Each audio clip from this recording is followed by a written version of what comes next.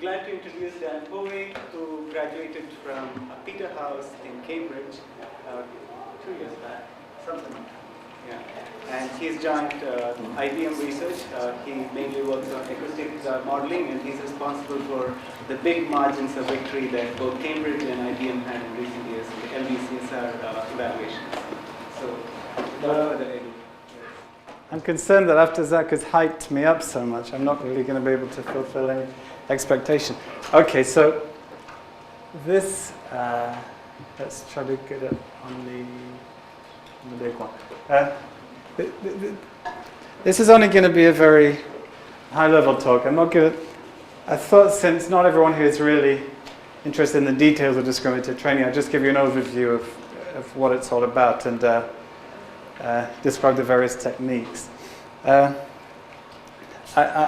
going to talk about MMI. Initially I was doing work on MMI, which is a form of discriminative training. I'm going to talk about MCE mainly as a contrast, because that's the other major technique that people use.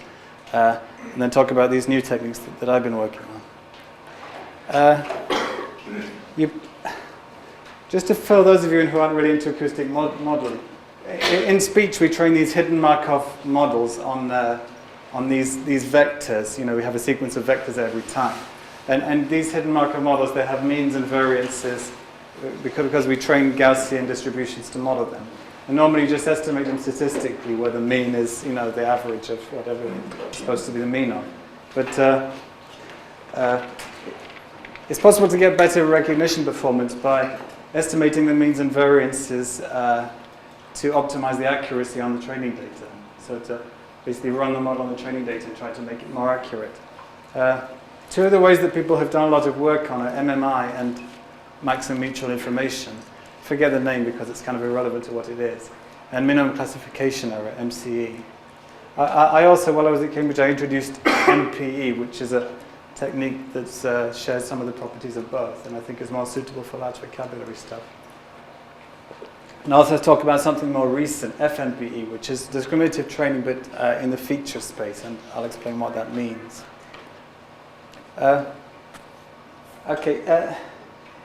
MMI is a training technique in which you try to maximize the posterior likelihood of the correct transcription. So basically what you're doing is you're recognizing all the training data and looking at the probabilities of all the possible transcriptions for that utterance and trying to maximize the probability of the correct one.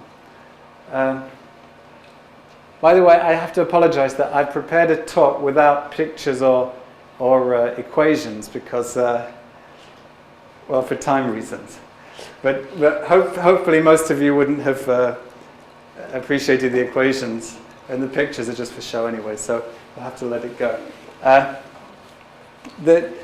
From a computational point of view, MMI involves decoding all the training data and preferably getting some kind of lattice or n-best list out. So it's computationally a little bit expensive. All discriminative training techniques are. I think it was originally developed at IBM by Dmitry Kanevsky, but only for discrete HMMs, which is something nobody uses anymore. It's where you have you do this vector quantization on the acoustic data. It was extended for continuous Gaussians, which is what we use, by this guy who's working in Canada called Yves Normandin.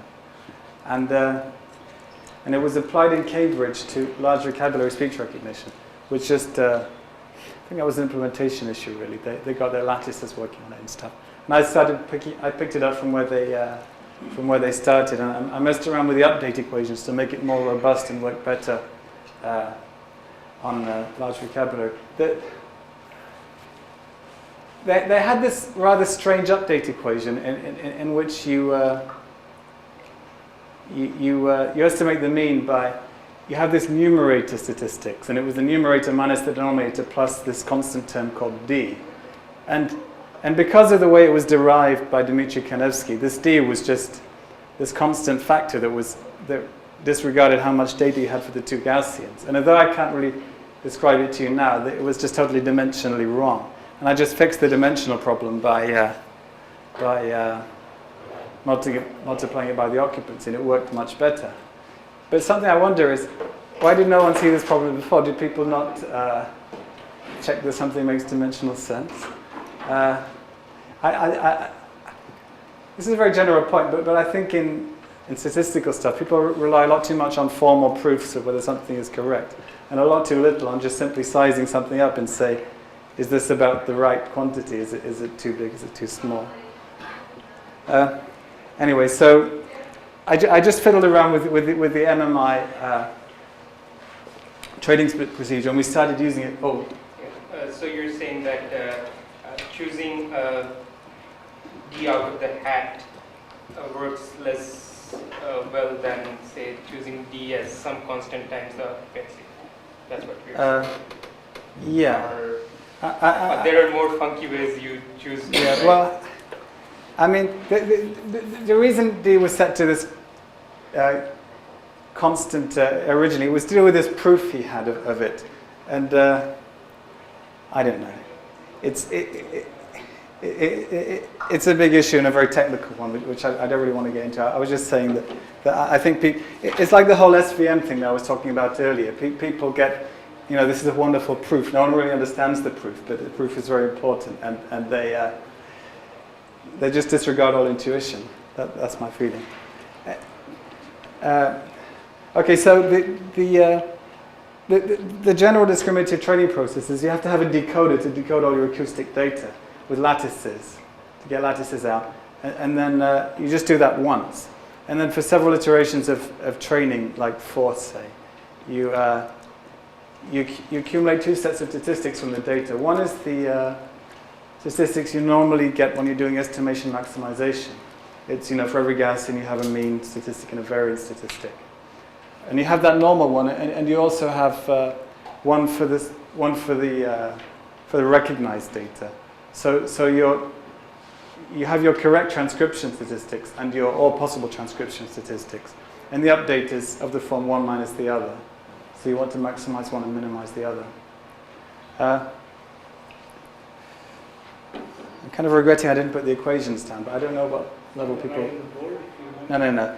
Well, I don't know what most people here know about speech recognition. I think most of us have seen the equation. We know what you're talking about. For example, we use it to make gamma O for the numerator, and then you have certain thing with it. Yeah, it's.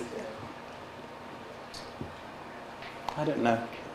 I'm still not sure whether people need to know stuff at this level of detail. But say x is. Let's say that this means that the sum of the sum over all the training data of the x value that aligns to that Gaussian, and sum of x squared is the sum of squares. In the normal update, you just set the mu is sum of x over count, and in the extended Baum-Welch update, it's something like mu is sum of x for the numerator. This is the same as this. This is the correct transcription mean, and then minus the sum of x for the denominator. This is the mean that you get if you say that the transcription can be anything you want, and I'll leave it as a slack variable and sum over everything. So this is from the correct transcription. This is from what you would get if you recognize them. This could be wrong. You just subtract them and have, c num minus c den. And then because this could be negative and this could be negative, you don't want to divide by a negative number. You add some constant. And I was really just messing around with that constant because it's obvious that it has to be of the same magnitude as these, as well as these counts at least. And it seems insane to say set this for 1,000 when these counts could be either, there could be 10,000 or there could be 2. It just gives you totally inappropriate learning rate. And yeah. So, and something else I was looking at was the acoustic scaling I messed around with. Because you have this language model scale. Obviously that thing is a real probability. So I started scaling the other way, scaling the acoustics instead of a language model, which puts more weight on the less probable denominator utterances and gives you a kind of smoother estimate. Anyway, so we started using MMI, and a lot of other groups started using it too. This is just a slide about how useful is MMI. I think the main hurdle has probably been the lattice generation. You say you have lattice generation. I guess this AT&T decoder, they released the decoder then? You can have the binaries. Oh, the binary. I see. Yeah. So generally you can get maybe 10 to 20% improvement relative in word error rate, depending on the setup. But you get more improvement when you've got a lot of training data relative to the number of Gaussians. So in Cambridge, we always tended to use a small system. We had quite large improvements. Also, we often tested it before VTLM and SAT, and that gives you more improvement too. Yeah, so I think all of these groups are doing it to some extent. IBM, I think Panasonic, and Microsoft and BBM. And I think you guys have started looking at it too. This is just for contrast, really. The other main discriminative training technique that people have tended to use is MCE. I think it was invented by some guys at AT&T who are probably no longer there. I said it maximizes the differential approximation to the question, is this utterance correctly transcribed or not? They actually maximize this objective function that's really very complicated. It's a sum over all of the transcriptions of, you take the correct transcriptions log likelihood, and then you take the kind of soft max log likelihood of all the other transcriptions. And then you take the difference and put the difference through the sigmoid. So the equation is enormously long to write down of what it actually is. But I've always believed that it's totally inappropriate for a large vocabulary speech because, well, it's very sensitive to how you segment the data because basically if you've got an utterance and you've got your correct transcription, say the cat, and and let's say the hat is the most probable competitor. Depending on the difference in likelihood between these two, let's say the difference in likelihood is here 0 is they're the same. You have the sigmoid function, and only if they're about the same will it have any gradient. Otherwise, it'll be 0. But then let's suppose we have a longer utterance. The cat something, and these two things are totally different, and the wrong one is many times more likely than the other one. It'll push the if you then look at it for this whole utterance, it'll push the sigmoid, over to this point, where it has no gradient at all. So the fact that you consider more of the utterance means that it ignores this error now. And in fact, someone told me, I don't know if people ever published this, but someone told me at ICAST recently that they don't bother using the sigmoid for continuous speech recognition, which I think is rather scandalous that they would do that and not say anything about it in the publications. But maybe they have said it. Anyway, it's mainly for some reason in Japan and Hong Kong that they use this. And they're always working on like Japanese aurora digits or something, which none of us use, so it's difficult to tell whether it really works. And personally, I never bothered because I started looking at it and then I just said, forget it, it's not going to work. So maybe that's not very scientific, but you have to have some prior beliefs. Well, I mean, if someone else thinks it works, then it's their responsibility to try it on some respectable task. That's my point of view. It's the same with any technique. Okay. MPE is a discriminative training objective function that I developed at Cambridge. It uses it's again something for which you have to consider all transcriptions, all possible transcriptions of an utterance. And it uses the concept of a phone accuracy, which is the number of correct minus the number of inserted phones when you look at the alignment to the correct transcript. Some people have questioned the accuracy of this formula, but that is actually the formula that you use to calculate word error rate, if you think about it. So the objective function is for each training utterance, the average overall sentences, but weighted by the posterior probability of that sentence, of this phone accuracy. And the reason that's differentiable is because the likelihood of each sentence can change depending on the acoustic parameters. So Well, in terms of the algorithm, this comes down to almost the same computation as MMI. So there's one extra little stage. I use the same extended Baum-Welch update formula as MMI. So from an implementation point of view, they're really quite similar. But something important which I have to mention about MPE. If you just implement the vanilla MPE, it won't work. It will give you great performance on the training data, but not so well on the test data. What you have to do is this thing called eye smoothing, in which if you have, once you get fewer than about 50 parameters, 50 counts for these numerator and denominator things, you start smoothing off back to the ML estimate. So it's a little bit like the smoothing you do in language model estimation. It's just something that has a tau value, like when you do map estimation. You add 100 counts of the ML to whatever you were going to use. And it's, I think it's possible to formulate as some kind of Gaussian prior. And it's enormously important to actually work on the test data. In terms of utility, as I said, it's easier to implement once you have MMI. A slight difference is that you need to have lattices with phone markings in order to calculate this phone error. In Cambridge we had that already, but it's not clear that anyone else would necessarily have it. It mostly gives improvements in word error rate over MMI, but that's not totally consistent. In IBM, I initially found that it helped when I implemented it there, but then later on for another task, for another test set or something, it didn't help. But what I've started doing and what other people are doing now is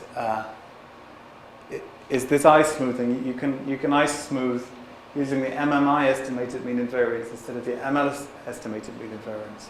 And it turns out that for some reason the MMI estimated one is more robust than the MPE one. So you get an estimate that's both robust and good. This is just a technical detail that you'd have to know if you wanted to implement it. Some people have just tried alternating MMI and MPE on different iterations. And in the LVCSI community, quite a lot of people can do MPE. I don't know how many of us are really doing it as routine. IBM and Cambridge definitely do it as routine. I know that BBN do it sometimes, but I'm not doesn't go always. And I don't know what Microsoft do because they are really participating right now. Okay, FMPE is what I've been working on in the last couple of years at IBM, and it's a feature-space version of discriminative training. You're training a non-linear offset to the features. Say the features are x of t on the current time frame. You get h of t, which is got by, you take, say, 100,000 Gaussians, and you find the posteriors of those Gaussians given the frame xt, just by evaluating them all and dividing by the sum. Then you have a very big sparse vector that's like 100,000 big, and there's one or two non-zero elements in it. And you're going to multiply that vector by a matrix M, which is going to be trained. So it's basically a question of we're going to train M. And it's trained with just linear techniques. Obviously, you could never use like matrix-based techniques for training something like that. It's all really based on differentiation. You differentiate the MPE objective function with respect to these matrix parameters. The matrix starts off as 0, so that your features are just whatever features you had before. And then on each iteration, you update the matrix parameters. And there's a few, to get it to work, there's a few little details like you've got to get the right learning rate for each matrix element, and so you've got to size up how sensitive things are to that matrix element. And I do that by dividing by the sum of the positive and negative contributions to the differential. And I use something which I call the indirect differential, which is, the idea is when you differentiate with respect to n, you don't assume the model is fixed. You assume that the model will change as n changes. Because obviously, if a particular mean gets a contribution from a certain vector, as the vector changes, it'll change the mean a little bit too. And the mean itself, as the mean changes, all the probabilities will change for all the different transcriptions. And that'll change the MPE objective function. So you can differentiate backwards through that process and work out this indirect differential, indirect contribution to the differential. And it's important to do that if you want to do ML training after. The reason this kind of term doesn't arise in a lot of optimization problems is that you're usually training the two different things with the same objective function. It turns out not to matter in that case. Like if you're doing feature space MLLR, CMLLR, you're training both the means and the MLLR transform with the ML objective function. And it turns out that you can ignore the kind of indirect effects in that case. So what you're saying is that if I vary, let's say, the ijth element of m, Yeah. what that's going to do to my likelihood is that it's going to change the value of y, because Yeah. obviously it changes. Yeah, And I can compute the change in the total likelihood because y has changed. that's right. But at the same time, because y has changed, if I were going to do an ML estimate of all the Gaussians, Yeah. The Gaussians would change all the too. Gaussian means would change. Yeah. As a result, all the posterior properties Yeah. which H encodes change. Yeah. So there is an M-dependent component inside H. Yeah. Inside, wait. So let's say little mij is the ijth component. No, it's not inside H. The Gaussians that you use to evaluate HT are just fixed. Okay, those are fixed. They're fixed. They're Those are not, they're not the same as the Gaussians in the HMM set. But the reason you get this indirect term, it comes from the acoustic model. Because the means and variances will change everything. It's just differentiation, really. Okay. Yeah. Okay. In other words, not only will y of t change, but because y of t changes, you'll change The model parameters will change. the model parameters. I mean, initially I wasn't using that, and I found that it worked okay, but the problem is if you then did ML training on that data, it got worse again. And if you want to do discriminative training afterwards, you're in effect going to be doing ML training because you have this backing off with eye smoothing and so on. And I just think it's bad not to be able to train on the parameters, because then you can't do extra stuff on top of it. You can't do MLLR. It's not an ML trainable system. It just seems like a bad thing to me. So, yeah, I mean, it gave us quite respectable improvements. I think maybe in the region of 10% to 15%. The results we got in the last switchboard evaluation were perhaps not the best results because I've improved the setup since then. I'm going to describe exactly how in my next Eurospeech paper, but yeah. I think you can expect 10 to 15% relative improvement, sometimes quite a bit more on very small tasks. It isn't quite as convenient as discriminative training because you have to do some computation in test time. But in the latest setup, that can be very small, like 0.05 times RT, or maybe 0.01 times RT. I'm sure it's possible to improve it by... Okay, I think these extra details I've mainly mentioned already. Oh yeah, I didn't mention the context. This high-dimensional vector HT, in order to get some acoustic context, I actually splice it together across a few frames. And I also splice in a few averages of frames as you get further out. That's all described in the paper. I mean, it's probably not the level of detail that you really need to know. Okay, this is just references. I think my thesis is the most useful reference for work on MMI and MPE. And the FMPE stuff, there's an ICAST 2005 paper, and there's going to be a Eurospeech paper. Okay. This is on a kind of less specific and less technical subject. I discussed this, I think, with the language modeling people already. It's just a hypothetical question, really. If at some point we solve the speech recognition problem, what will the answer look like? I don't believe that we're going to have a little short answer. Someone's going to say, oh, you just have to have e to the x and divide by I and then multiply by the training data, and that's going to be the answer. I think it's pretty clear that you're not going to have such an answer. So I think we've got to just resign ourselves to the fact that nobody is going to suddenly discover the answer to speech recognition, and we're going to have to just get some kind of infrastructure that makes it possible to deal with very complex solutions. I'm thinking of maybe some description language in which you have all of these different components of the problem which have some normalized interface which you could somehow describe. Does anyone have any comments on this at this point? Well, some of us are working on this. Really? I doubt that it's going to be the same as the solution that we would need. What are you talking? Is this for language? We can talk about it outside the talk, but if you're... No, this was intended for discussion. That's the point of this slide. That's a great slide. Yes. I think the more you think about it, the more difficult it is to work out what that language should look like. Because if it's just some kind of procedural thing, like, I don't know. There's a difficult trade-off between generality and being useful. Well, if you want a counterpoint, my counterpoint is that no, I think when we're all done, it will actually be a fairly simple solution. You think so? Because what it will say is it will essentially say that the speech signal carries a whole lot of information, which has nothing to do with the words in it. And if you're interested in the word in it, this is what you do to the signal to get rid of all that other stuff. I don't need to know whether the person's female. I don't need to know whether they have a high pitch or a low pitch voice. I don't need to know whether there is a reverberant or a quiet room. But what you're saying doesn't really tell us how to do that, does it? No, that's But what you think that someone is going to come up? Say, I don't know. this is all the extraneous part of the signal. Get rid of it, and what's left? I just don't believe there'll be a magic bullet. If you look at the human brain, my understanding is, I think Steven Pinker's book is very good.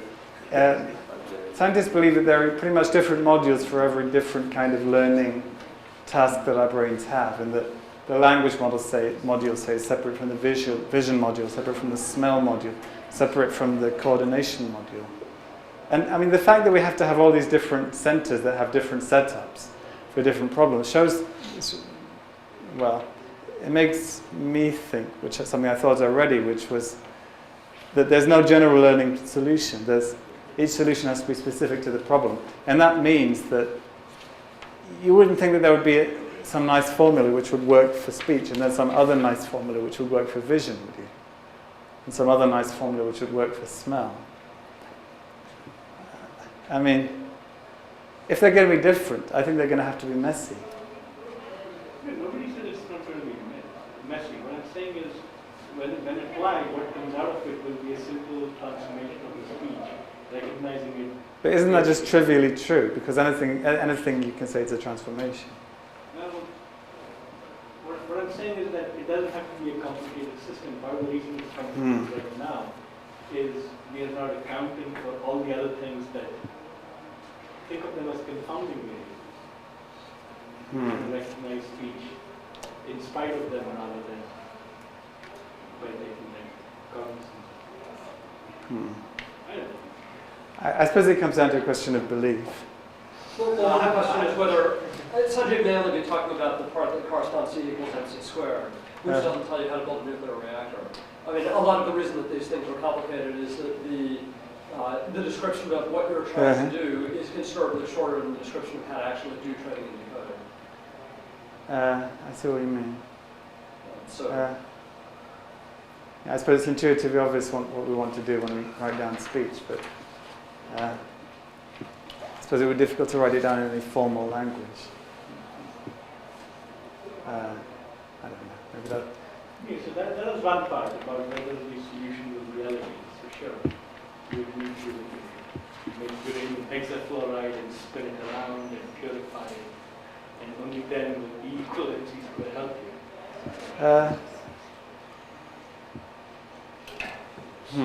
So maybe the rest of it is just engineering, and that's what we do. I don't know. I really don't think that analogy holds, because at least the natural world can often be described by quite simple mathematical formulas, like velocity rises as the square root of energy or whatever. Only if it's an extent. Yeah, but I mean, are you saying that the human brain has all these complex modules that something's going to get hijacked to do reasoning? The human brain evolved. maybe we have a reasoning module. I don't know if there's any reason to think that. It's like language got hijacked. I don't understand what you're saying. Can you try again? So you're arguing against the perhaps old-style AI architecture where you have planning and and search as separate modules that are Oh. on top of various feature spaces. Is that correct? I actually really wasn't trying to make a general point about how to build AI. I mean, this is, I believe AI is just so impossible and way off that we should forget about it. I'm just thinking in terms of the speech problem. Just in terms of decoding speech, we're not going to be able to, not going to find some simple solution. So we might as well just look for ways to deal with complexity. And look, let's suppose there's some solution out there. The process from getting here to there is really a question of search. So I think we should look at it as a search problem and say, how do we make it easier to move things about, to change modules, yeah. But rather than just say we need to be geniuses or we need to think very hard. We're not going to. The answer isn't like that. That's my. Oh yeah, and I was thinking, this is a subject that we always argue about at IBM. Does anyone know Stan Chen? Stan Chen is a great believer in AI. He believes that one day robots will be smarter than humans, which I just think is totally nonsense because we all work in AI and we know that how difficult it is to get things to work. I think it's related to this whole question because I think the difficulty of speech and the difficulty of AI are part of the same difficulty. So that part I believe, that speech in some sense is AI complete. I don't know who used that phrase first, but it's still used. If you could do perfect speech recognition, you would do perfect AI. Yeah. Well, I suppose maybe that means we'll never do perfect speech recognition. That means we'll have jobs for a long time. Well, But without filming. yeah. So perhaps we should wrap it up. I don't know how long I've gone, but I think these things should be kept short in general because one can waste so much. No. I don't really. No, I don't have any extra stuff. This is the last of what I've got. Do you want to say any more about? Sorry, I'm not forgetting. MPE. MPE, sorry. Well, I don't know. I think maybe it's better if I talk to individual people who are looking at that kind of stuff, because I really, clearly the technical details of that are not so relevant to those of you who are working in language modeling or in other stuff. And you can always email me. Yeah. Sometimes people come to me at conferences and they say, "Oh, we tried MPE and this happened." I said, "Why didn't you ask me about this? Because it's usually some very simple problem. They got some scaling factor wrong or something." Yes.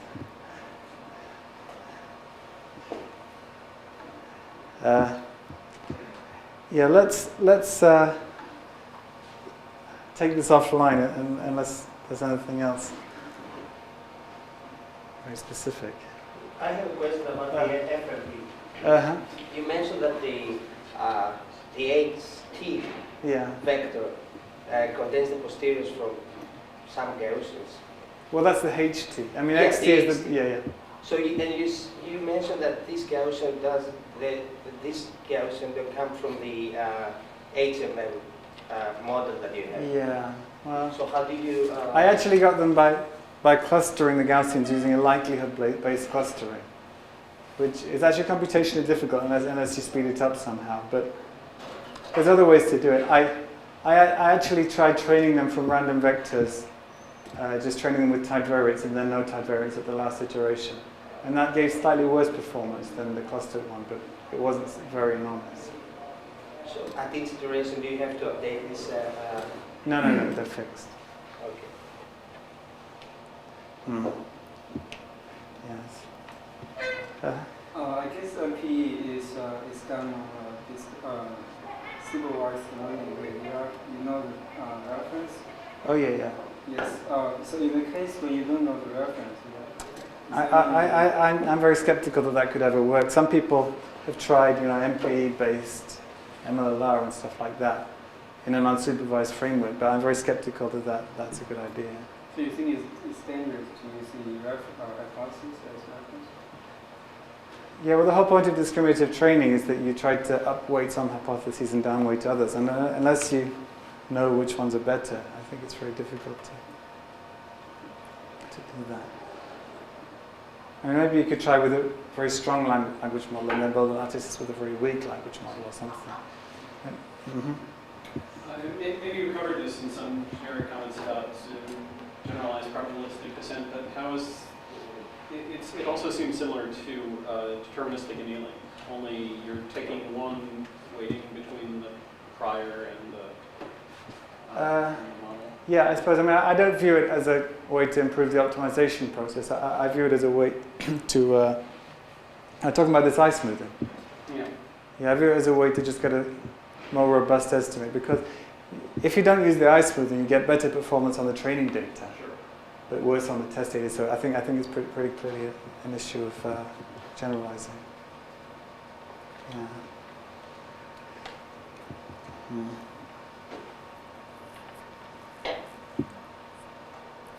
Yeah, okay, let's go, because I always, I don't usually go to these kinds of talks at IBM because it just takes so much out of the day. That's my, I don't know. Thing is, because we have like twice a week or 3 times a week some seminar, and it's usually in some totally irrelevant subject, and if you go, it's a whole hour out of the day, which you know.